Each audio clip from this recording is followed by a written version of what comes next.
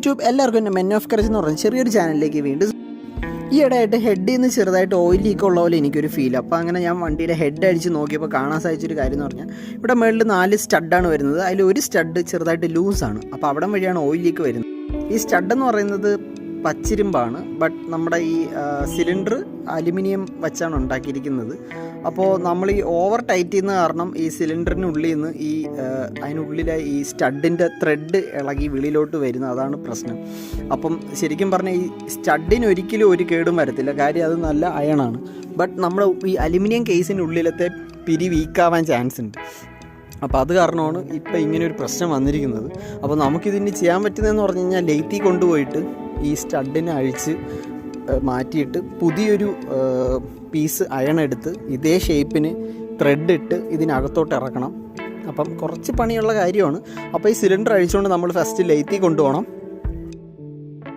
ഒരുപാട് വട്ടം സിലിണ്ടറിൻ്റെ ഹെഡ് അഴിക്കുകയും വയ്ക്കുകയൊക്കെ ചെയ്യുന്നതുകൊണ്ട് വരുന്നൊരു പ്രശ്നമാണിത്. നമ്മൾ ഒരേ സെറ്റിങ്ങിൽ തന്നെ ഇരുന്ന് കഴിഞ്ഞ് കാലാകാലങ്ങളോളം യൂസ് ചെയ്ത് കഴിഞ്ഞാൽ പൊതുവെ ഇങ്ങനെ പ്രശ്നമൊന്നും വരാറില്ല. ബട്ട് ഈ സിലിണ്ടർ എന്ന് പറഞ്ഞു കഴിഞ്ഞാൽ 1.25 ആണ്. അപ്പം ഈ സിലിണ്ടർ ഇപ്പോൾ എത്ര ലക്ഷം കിലോമീറ്റർ കവർ ചെയ്തിട്ടുണ്ടായിരിക്കുമെന്ന് നമ്മൾ ജസ്റ്റ് ഒന്ന് ഊഹിച്ചാൽ മതി. കാര്യം ഒന്നാമത് ഞാൻ ഈ വണ്ടി ഇപ്പം ഞാൻ 4th ഓണറാണ്. അപ്പം സ്വാഭാവികമായിട്ടും ഈ ഒരുപാട് കിലോമീറ്റേഴ്സ് കവർ ചെയ്ത ഒരു സിലിണ്ടർ ആയിരിക്കും ഇത്. അതായത് മിനിമം ഒരു ബോറിന് ഒരു 35,000-40,000 കിലോമീറ്ററെങ്കിലും കവർ ചെയ്തിട്ടുണ്ടായിരിക്കും. അങ്ങനെ ഇപ്പോൾ തന്നെ ഏകദേശം 4-5 ബോറ് കഴിഞ്ഞിട്ടുണ്ട്. അപ്പം ഓരോ തവണ ഇതിൻ്റെ ഹെഡ് സിലിണ്ടർ അഴിക്കുമ്പോഴും സിലിണ്ടറിൻ്റെ മേളത്തെ ഹെഡ് അഴിക്കുമ്പോഴും ഇതിൻ്റെ ത്രെഡിൻ്റെ സ്ട്രെങ്ത് കുറയും. അപ്പം അത് കാരണം വരുന്നൊരു പ്രശ്നമാണിത്. ഇതിപ്പം 1.25 ഒക്കെ ആയെന്ന് പറയുമ്പോൾ തന്നെ ഈ മിനിമം ഒരു 1500 വട്ടമെങ്കിലും മിനിമം ഈ സിലിണ്ടറിൻ്റെ ഹെഡ് അഴിച്ചിട്ടുണ്ടായിരിക്കും, ഡീകാർബിന് വേണ്ടിയിട്ടും അല്ലാതെയും എന്തെങ്കിലും പ്രശ്നങ്ങൾക്കൊക്കെ വേണ്ടിയിട്ട്. ഞാനങ്ങനെ എപ്പോഴൊന്നും അഴിച്ചിട്ടില്ല. ഞാൻ എന്തെങ്കിലുമൊക്കെ ഒരു ഇതേപോലെ ലീക്ക് വരുമ്പോഴോ അല്ലെങ്കിൽ സിലിണ്ടർ മാറ്റാനോ പോർട്ട് ചെയ്യാനൊക്കെ കൊടുക്കുമ്പോൾ വേണ്ടി മാത്രമേ ഞാൻ അഴിച്ചിട്ടുള്ളൂ. അപ്പോൾ കഴിവതും ഫ്രണ്ട്സ് നമ്മൾ സിലിണ്ടറിൻ്റെ ഹെഡ് ആവശ്യമില്ലാതെ നമ്മൾ അഴിക്കാൻ പാടില്ല. മാത്രമല്ല അഴിച്ചാൽ തന്നെ നമ്മളിതിനൊരു കമ്പനി സ്പെസിഫൈഡ് ടോർക്കുണ്ട്. അതിൽ കൂടുതൽ ടൈറ്റ് ചെയ്ത് കഴിഞ്ഞാൽ ത്രെഡിൻ്റെ പിരിയൊക്കെ പോകാൻ ചാൻസ് ഉണ്ട്. കേസ് നമ്മളപ്പോൾ അങ്ങനെ എൻ്റെ വീടിനടുത്തുള്ള ലെയ്ത്തിൽ എത്തിയിട്ടുണ്ട്. അപ്പം ഇനി ഞാൻ സ്ഥിരം വരുന്ന ലെയ്ത്താണ്. ഇവിടെ ഇപ്പം നമുക്ക് ഫസ്റ്റ് ചലഞ്ച് എന്ന് പറഞ്ഞു കഴിഞ്ഞാൽ, ചലഞ്ചല്ല, ഫസ്റ്റ് ടാസ്ക് എന്ന് പറഞ്ഞു കഴിഞ്ഞാൽ ഈ സ്റ്റഡിനെ ഇളക്കിയെടുക്കുക എന്നുള്ളതാണ്. അതിനൊരു ടെക്നിക്ക് ഇവിടെ പൊതുവെ ലെയ്ത്തിലൊക്കെ യൂസ് ചെയ്യുന്നതെന്ന് പറഞ്ഞു കഴിഞ്ഞാൽ ആദ്യം തന്നെ 2 നട്ടിനെ അങ്ങോട്ട് അതിൻ്റെ പുറത്തോട്ടിടും. എന്നിട്ട് ഈ നട്ടെന്ന് പറഞ്ഞാൽ നമ്മുടെ ഹെഡിൽ യൂസ് ചെയ്യുന്ന സെയിം നട്ട് തന്നെയാണ്, 30 നട്ട്. അപ്പോൾ എന്നിട്ട് ഫസ്റ്റ് നട്ട് ടൈറ്റ് ചെയ്തിട്ട് സെക്കൻഡ് നട്ട് അതിന് പുറത്തോട്ട് ടൈറ്റ് ചെയ്യും. എന്നിട്ട് ആദ്യം ഇട്ട നട്ടിനെ ആൻറ്റി ക്ലോക്ക് വൈസ് കറക്കി തിരിക്കും. അപ്പോഴത്തേക്ക് സ്റ്റഡ് ഈസിയായിട്ട് ഇളകി വരും. അല്ലാതെ നമ്മൾ പ്ലെയറൊക്കെ വെച്ച് പിടിച്ച് കഴിഞ്ഞാൽ ഒരിക്കലും ഇളക്കി വരാൻ.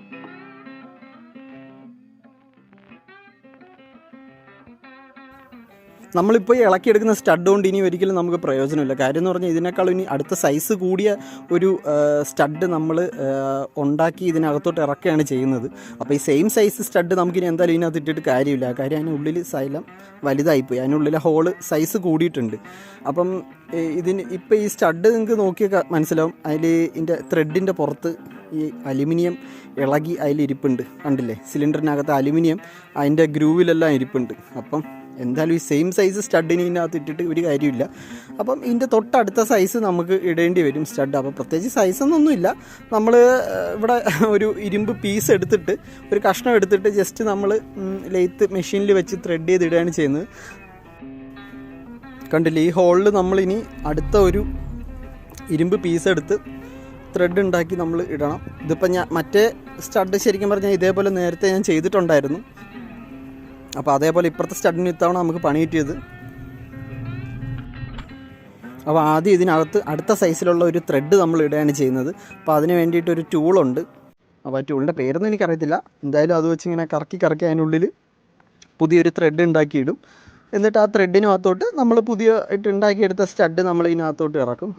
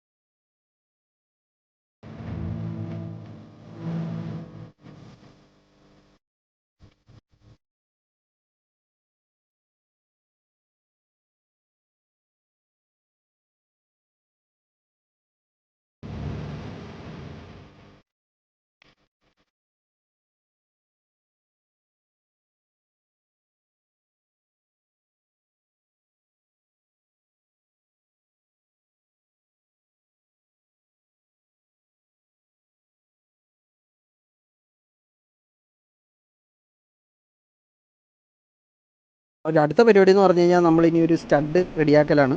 അപ്പോൾ ഈ സ്റ്റഡ് എന്ന് പറഞ്ഞു കഴിഞ്ഞാൽ നമ്മൾ നേരത്തെ ഇട്ട സിലിണ്ടറിനകത്ത് ഇപ്പോൾ നമ്മളൊരു ഹോൾ ഇട്ട അതേ സൈസിനുള്ളൊരു അയൺ പീസാണ് നമ്മളിപ്പോൾ ഇവിടെ റെഡിയാക്കി എടുക്കേണ്ടത്. അപ്പോൾ അതിനുവേണ്ടി പുള്ളിക്കാരൻ ഒരു ലെയ്ത്ത് മെഷീനിൽ വെച്ചിട്ട് അതിനെ റെഡിയാക്കി എടുക്കുവാണ്.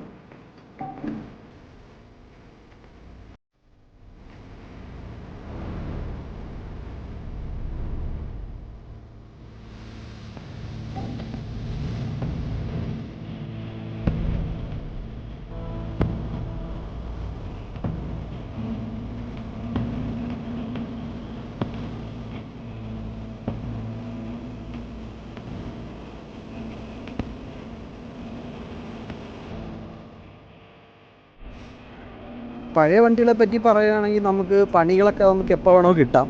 അത് നമ്മൾ ഈ പണികളൊക്കെ എക്സ്പെക്റ്റ് ചെയ്തുകൊണ്ട് തന്നെയാണ് ഈ പഴയ ബൈക്കൊക്കെ നമ്മൾ കയ്യിൽ വച്ചിരിക്കേണ്ടതെന്ന് വേണമെങ്കിൽ പറയാം. കാര്യം എന്ന് പറഞ്ഞാൽ വേറെ ഒന്നുമല്ല, ഞാനിപ്പോൾ ബൈക്ക് എടുത്തിട്ട് പ്രതീക്ഷിക്കാതെ ഒരുപാട് പണികളൊക്കെ കിട്ടിയിട്ടുണ്ട്.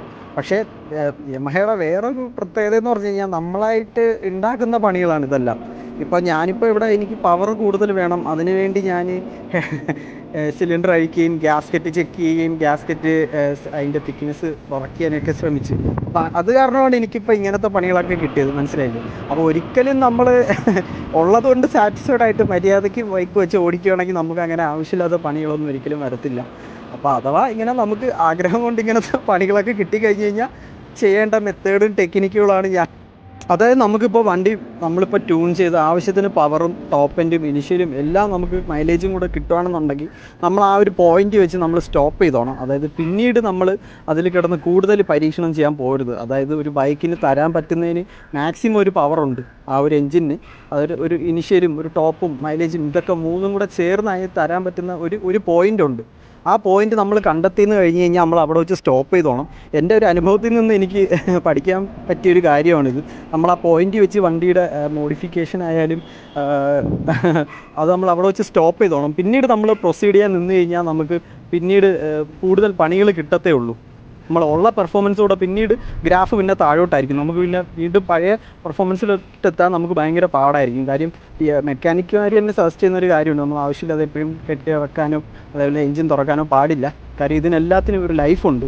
ഈ അലുമിനിയം കേസിങ്ങിനും ഇതിപ്പോൾ ഇത്രയും വർഷമായ വണ്ടികളാണ്, അപ്പോൾ അതിൻ്റേതായിട്ടുള്ള കാലപ്പഴക്കമുണ്ട്. അപ്പോൾ ഈ ത്രെഡിനൊക്കെ ഒരു ലൈഫുണ്ട്.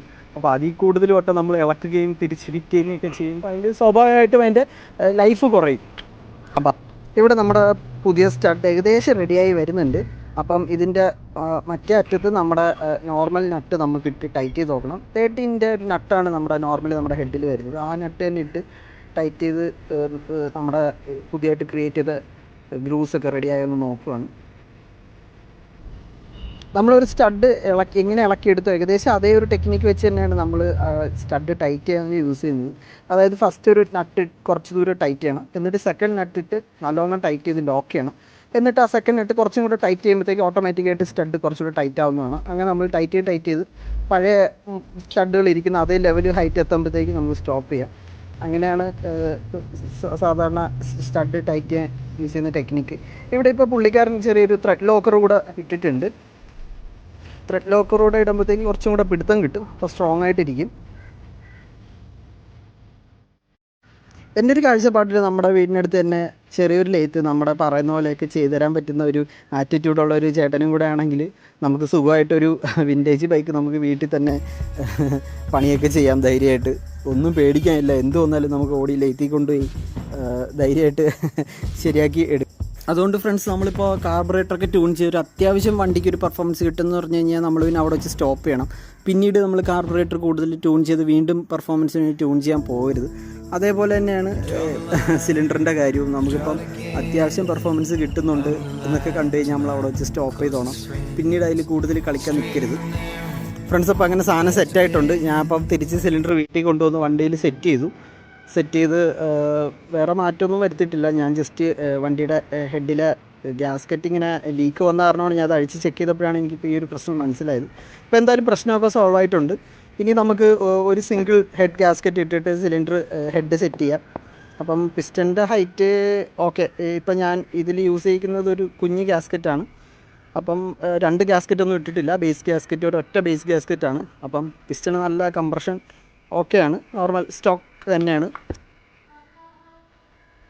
ഫ്രണ്ട്സ് ഇതിപ്പോൾ എൻ്റെ 2 ഹെഡുണ്ട്. ഒന്ന് 4TL5 ഒന്ന് 4TL00. 4TL5 ക്യാറ്റ് വെച്ച ലാസ്റ്റ് ഇറങ്ങിയ മോഡലിൽ വന്ന 4 സ്പീഡ് ബൈക്കുകളിൽ ഇരുന്ന ഹെഡാണ് 4TL5. ലെഫ്റ്റ് സൈഡിൽ ഇരിക്കുന്നു.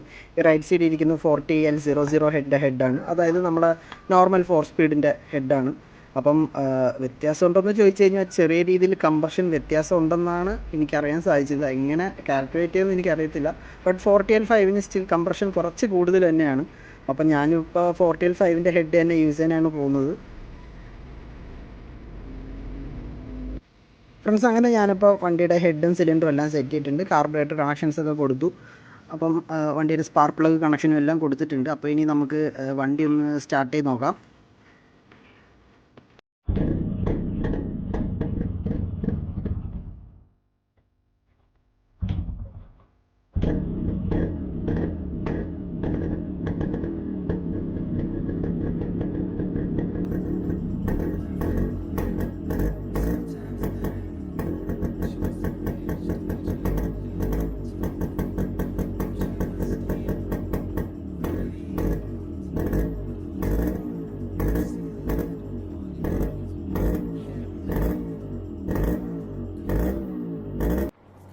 ഫ്രണ്ട്സ്, അപ്പോൾ വണ്ടി അങ്ങനെ അടിപൊളിയായിട്ട് സെറ്റായിട്ടുണ്ട്. ഞാൻ വണ്ടി ഓടിച്ച് നോക്കി, വേറെ കുഴപ്പങ്ങളൊന്നുമില്ല, മിസ്സിങ്ങും കാര്യങ്ങളൊന്നുമില്ല, പിന്നെ എയർ ലീക്കോ അങ്ങനെയൊന്നുമില്ല.